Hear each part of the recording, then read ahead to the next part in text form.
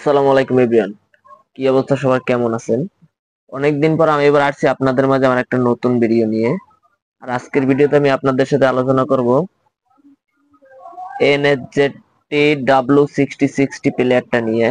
আজকের ভিডিওতে আমি আপনাদেরকে দেখাবো এই প্লেয়ারটা কি কি অপশন আছে, কিভাবে ব্লুটুথ কানেক্ট করবেন, কিভাবে ব্লুটুথ রিমুভ করবেন 5টা ফোনের বেশি হয়ে গেলে, এবং কিভাবে কি প্লেয়ারটা চালাবেন, এইসব বিষয় আমি আজকে আপনাদের সাথে আলোচনা করব।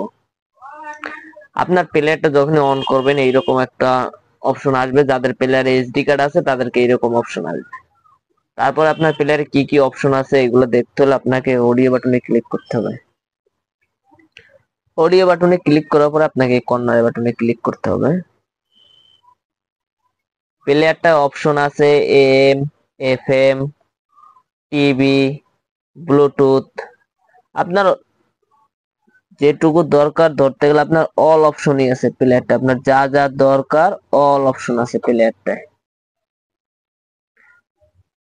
আপনি যখন এম এফএম চালাবেন এই দুইটা যে কোনো একটা ক্লিক করলে অটোমেটিকলি হবে। ধরেন এই এফএম এ ক্লিক করলাম, এই যে এফএম আসছে, এটা হলো আপনার volume button, volume up down.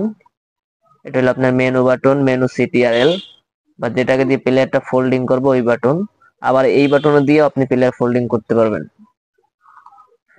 তারপরে আছে ডিস্ক, আপনার ডিস্ক নাই দেখে ডিস্কটা হাইড হয়ে রয়েছে। আমি যখনই ডিস্কটা দিব, এই ধরেন এই কর্নারে এই বাটনটা ক্লিক করতে হবে, তারপরে যে ডিস্ক,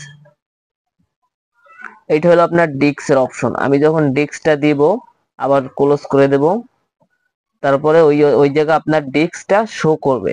ডিস্কটা শো করার পর আপনি ডিস্কে দিলেই ডিস্কের গানগুলো প্লে হবে। আর প্লেয়ার যখনই সফটওয়্যার এদিকেরটা থাকবে জাপানিজ, প্লেয়ারটা হালকা একটু স্লো কাজ করবে, কারণ বারবার জাপানিজ ম্যাপ লোড হয়। এই যে জাপানিজ ম্যাপ লোড হয়, এই জন্য প্লেয়ারটা হালকা একটু স্লো কাজ করবে। আবার এই অডিও বাটনে ক্লিক করলাম কর্নারে। টিভি, টিভি অপশনটা বাংলাদেশে সাপোর্ট করে না, আপনার এইচডি কার্ডটাও হাইড হয়ে রয়েছে। যখনই আপনার এইচডি কার্ডটা ভিতরে দিবেন তখন এইচডি কার্ডটা আবার এই টিভি এফএম এর মতন এই জায়গায় শো করবে। এই সেম অপশনে এইটাই ক্লিক করবেন। ক্লিক করার পরে এই যে অডিও এইচডি তে ক্লিক করবেন। এই যে আপনার অডিও এইচডি, আর এটার ভিতরে আছে আপনার এই software HD card. Software HD কার্ডটা ছাড়া প্লেয়ারটা চলে না। আর এই যে অডিও এইচডি কার্ডের জায়গা, এই যে অডিও এইচডি কার্ড দিলেই ভিতরে অডিও এইচডি শো করবে।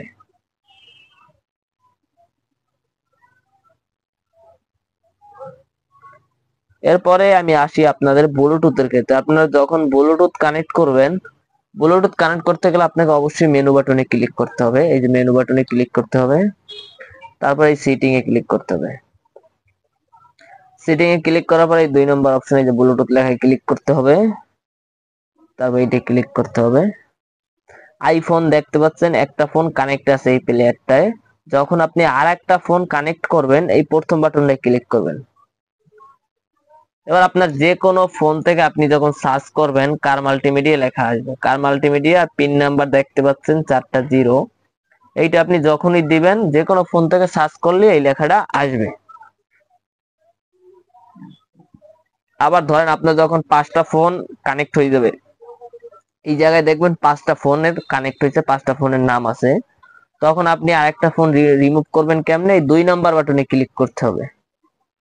তারপরে এই ফোনটার উপর ক্লিক করতে হবে, যেটা রিমুভ করবেন ওইটার উপরে ক্লিক করার পরে এই অপশনটা ক্লিক করবেন। এখনই দেখবেন যে এই ফোনটা অটোমেটিকলি ডিলিট হয়ে গেছে।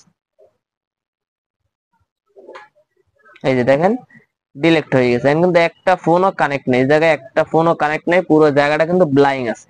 আপনি আবার যখন এই প্রথম অপশনে ক্লিক করবেন, ক্লিক করার পর আপনি যখন আর অন্য একটা ফোন কানেক্ট করবেন, আবার ওই জায়গায় দেখবেন ওই ফোনটার নাম চলে আসছে।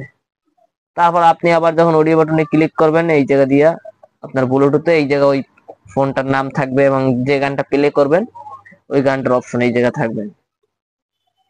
সো আজকের ভিডিওটা এই পর্যন্ত ছিল। আশা করি সবাই ভালো থাকবেন, সুস্থ থাকবেন। আর আমার ভিডিওগুলো ভালো লাগলে আমার চ্যানেলটাকে সবাই সাবস্ক্রাইব করবেন। ধন্যবাদ।